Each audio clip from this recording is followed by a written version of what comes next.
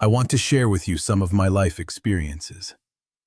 Not because I have it all figured out, but to help you understand how I got to where I am today as a person. And maybe, just maybe, save you from making the same mistakes I did.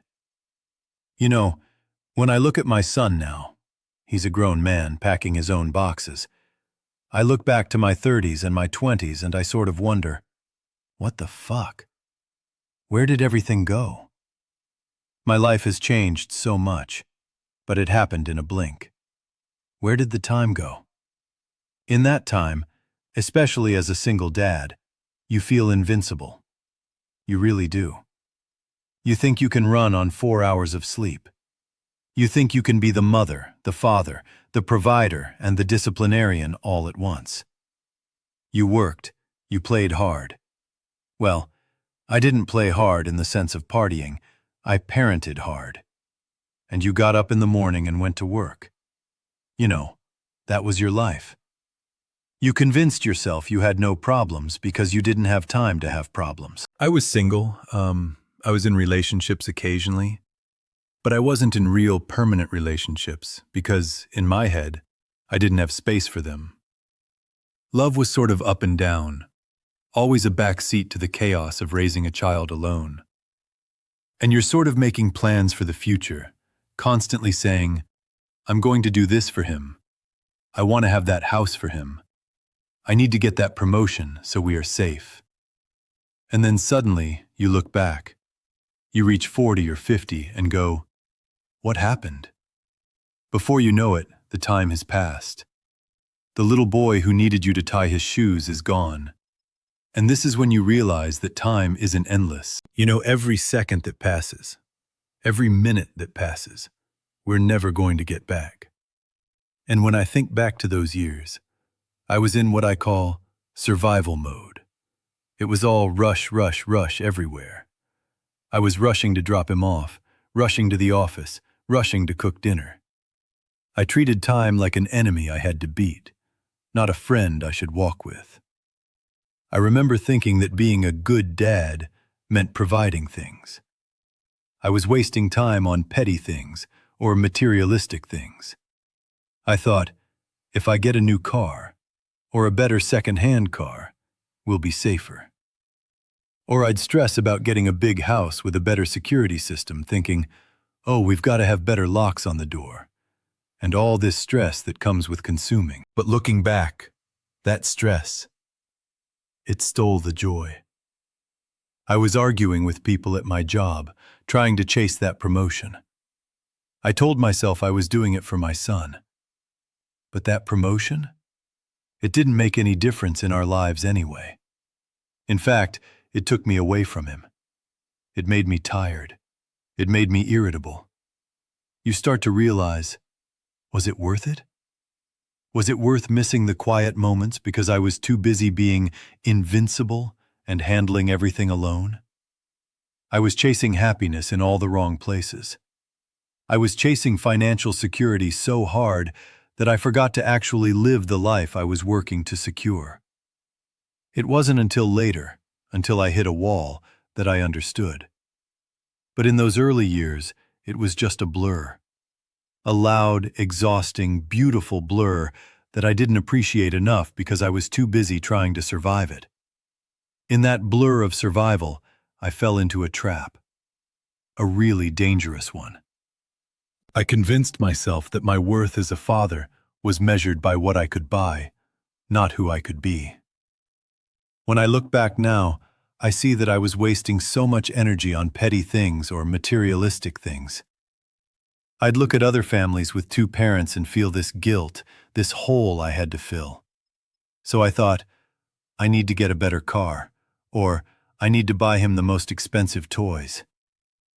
I stress about getting a house with a better security system or better locks on the door, thinking that safety came from objects.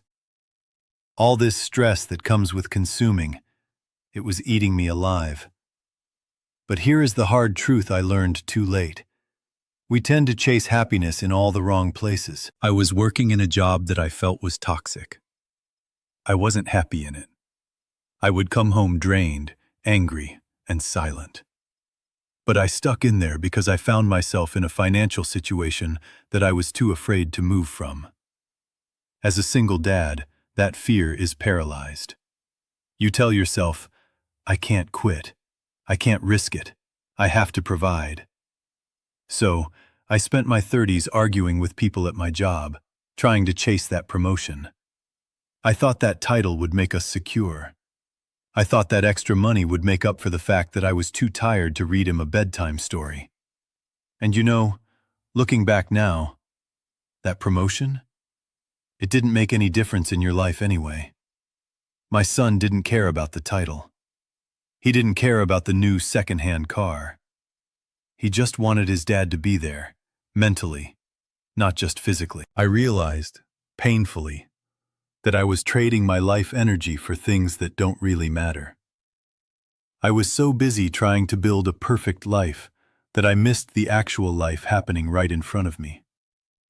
I was invincible at work, but I was failing at home simply because I wasn't present. And you start to ask yourself, was it worth it? When you are stressed, rushing, and angry because of a job you hate, you are poisoning the time you have with the people you love. I honestly thought I could keep running on fumes forever.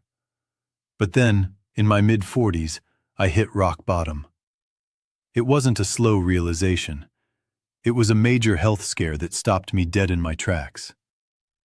I remember lying in that hospital bed, staring at the ceiling, and the silence was deafening. The doctor told me I had destroyed part of my body, damage that was never going to recover. And in that moment, the invincibility of my 20s and 30s shattered. Now, for a single dad, facing mortality hits differently. It's not just, I don't want to die. It is a terrifying, cold panic that screams, if I go, who catches him?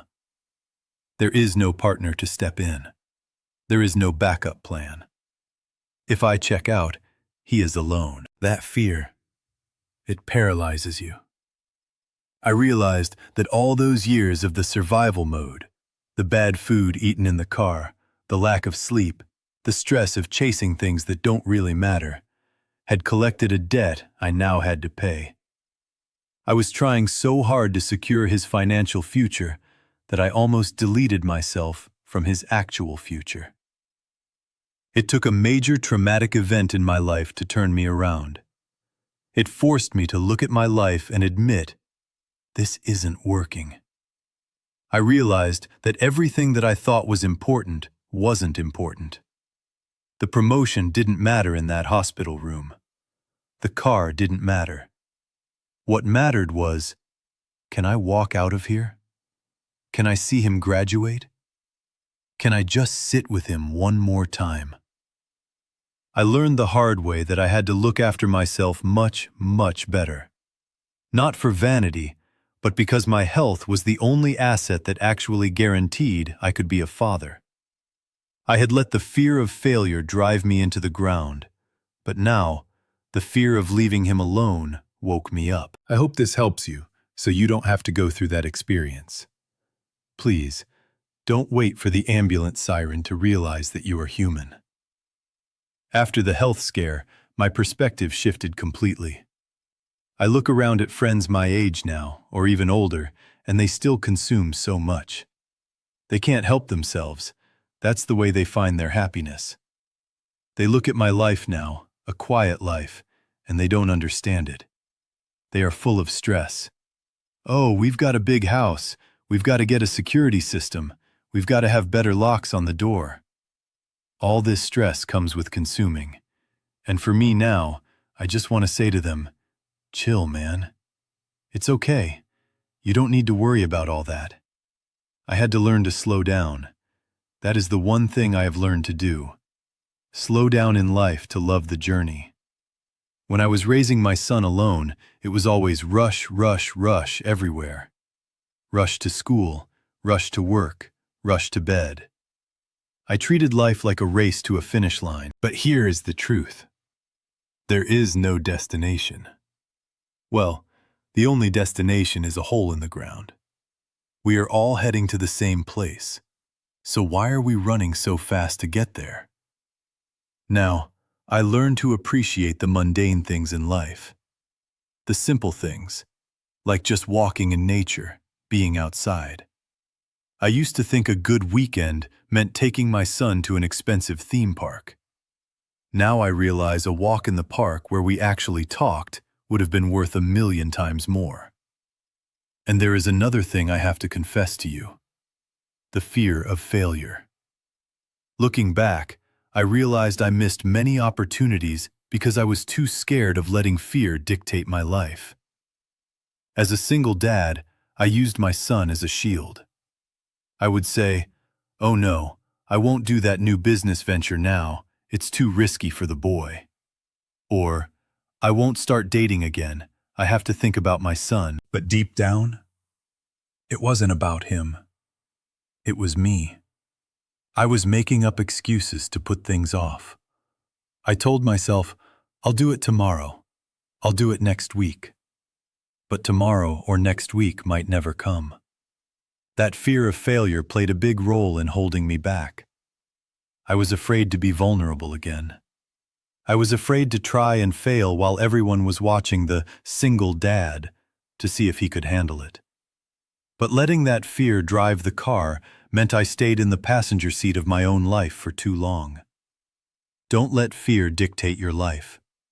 Don't use your responsibilities as an excuse to stop growing. Because one day, the nest is empty, the rushing stops, and you are left with yourself. Make sure you like the person you find there. As I learned to slow down, I realized how small my world had become. When you are a single dad in survival mode, you tend to cut people off. You say, "I don't have time for friends," or you hold on to grudges because you are too stressed to forgive. But recently, I made a choice. I stepped out of my comfort zone. I've kindled relationships with people that I haven't seen or heard from in 30 years. And let me tell you, that is such a joyful thing to do. Reconnecting with that part of my life, sharing memories with someone who knew me before I was just Dad. It put me in such a nice space of understanding who I am. If you are thinking about people you haven't seen for a long time, maybe old friends you drifted from while raising your kids, or family members you argued with, make that step. Don't wait for them to do it, because they may never do it.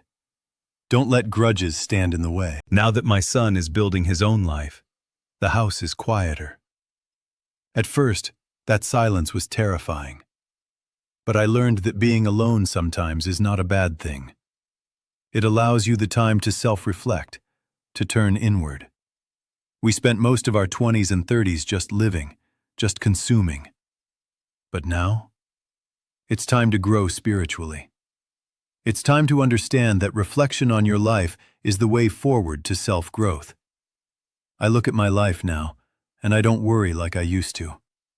Sure, I have health issues, and I've been going to the hospital a lot. But I don't let them control my life. I try to lift myself out of it. Because here is the final lesson, the one that matters most. There is no second chance at life. There are no rewinds. I can rewind a video, but I can't rewind time. I can't go back and hug my son more when he was 5. I can't go back and take that job I was scared of. So don't waste your time on fear. Don't waste it on things that don't matter. And above all, be kind. Just please be kind. You only get one life. It goes by in a flash, from invincible to reflective. So please, enjoy it.